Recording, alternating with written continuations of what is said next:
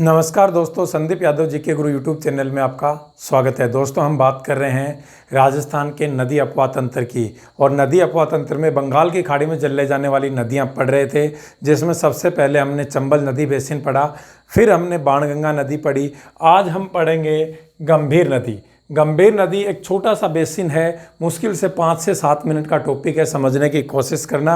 और इस गंभीर नदी से 2 से 3 क्वेश्चन बनते हैं मैक्सिमम, वो समझ लेना आप। अपना समय बिल्कुल भी ज़्यादा वेस्टेज अपन नहीं करेंगे। देखो दोस्तों, गंभीर नदी, इसको समझने की कोशिश करते हैं। पहली चीज़, ये गंभीर नदी है, इसकी 5 प्रमुख सहायक नदियां हैं। और वो जो 5 प्रमुख सहायक नदियां हैं वो हैं अटा, माची, भद्रावती, बरखेड़ा और बेसावट। ये सारी नदियां मिलकर एक छोटा सा नदी बेसिन बनाती हैं, जिसे अपन गंभीर नदी बेसिन के नाम से जानते हैं। सबसे पहले हम देखेंगे कि ये नदी बेसिन अपना जल कहाँ ले जाता है, तो क्या कहोगे? बंगाल की खाड़ी में। किसके साथ मिलकर? तो गंभीर नदी है ये यमुना की सहायक नदी है। किसकी सहायक नदी है? यमुना की। आइए समझते हैं इस बात को। देखिए, ये अपना राजस्थान है, ये राजस्थान का उत्तरी भाग, और ये हम राजस्थान का पूर्वी भाग बनाने की कोशिश कर रहे हैं। यहाँ पे देखिए दोस्तों, ये है करौली जिला, और ये है भरतपुर जिला,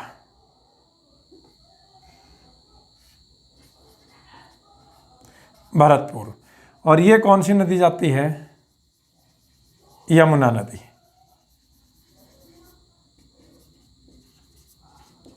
अब देखिए, सबसे पहले हम गंभीर नदी का उद्गम स्थल देखते हैं।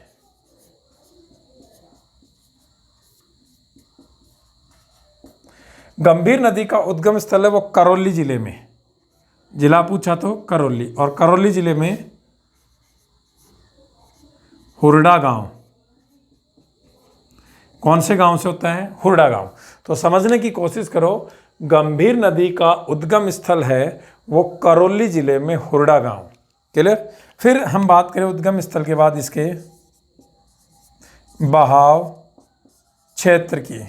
तो सुनो, गंभीरी नदी है, ये तो राजस्थान के केवल 2 ही जिलों में बहती है, करौली, उसके बाद भरतपुर, फिर चली जाती है उत्तर प्रदेश में। और उत्तर प्रदेश में इटावा से थोड़ा सा आगे पड़ता है मैनपुरी,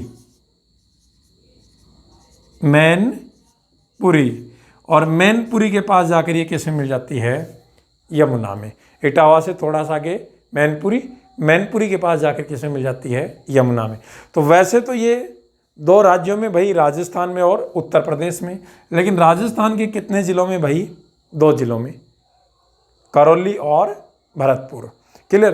तो आपसे यदि ऐसे पूछा जाए कि गंभीर नदी का बहाव क्षेत्र राजस्थान के कितने जिलों में है?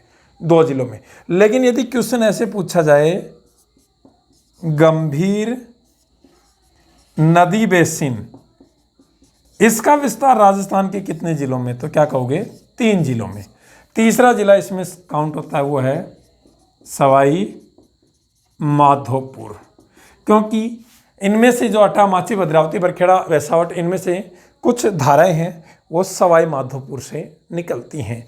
तो ध्यान रखना, यदि बेसिन की बात करें तो इसका बहाव क्षेत्र 3 जिलों में, केवल गंभीरी नदी की बात करें तो इसका बहाव क्षेत्र 2 जिलों में। अब सुनो ध्यान से, आपने करौली में श्री महावीर जी का मंदिर सुना होगा। श्री महावीर जी,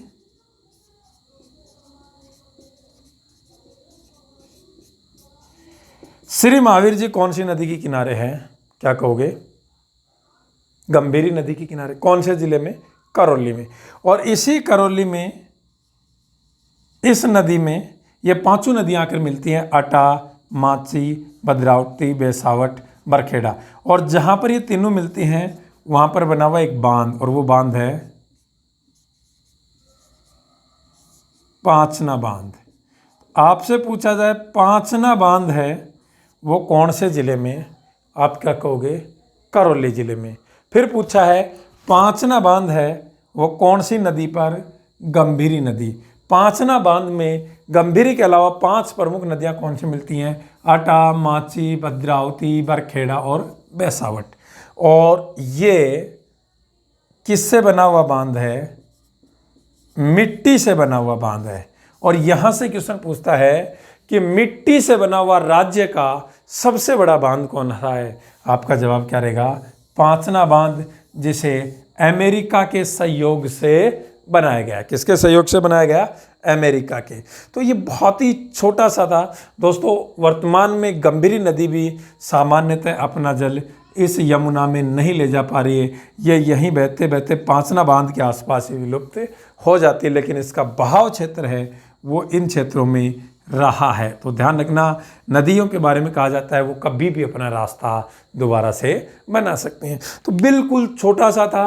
और इसी के साथ बंगाल की खाड़ी में जल ले जाने वाली हमारी सभी नदियाँ समाप्त होती हैं, जिसमें 3 प्रमुख नदी बेसिन बना के हमने पढ़ा है। और उस 3 में से एक उप बेसिन भी पढ़ा है, जिसमें से चंबल नदी बेसिन में एक उप बेसिन बनास नदी बेसिन, फिर बाणगंगा नदी, और आज हमने बिल्कुल छोटा सा बेसिन था, मैंने बताया था 3 से 5 मिनट का, गंभीर नदी। इन सब को हमने समझा है। अब नेक्स्ट जो क्लास शुरू करेंगे उसमें अरब सागर में जल ले जाने वाली नदियाँ पढ़ेंगे। तब तक के लिए धन्यवाद।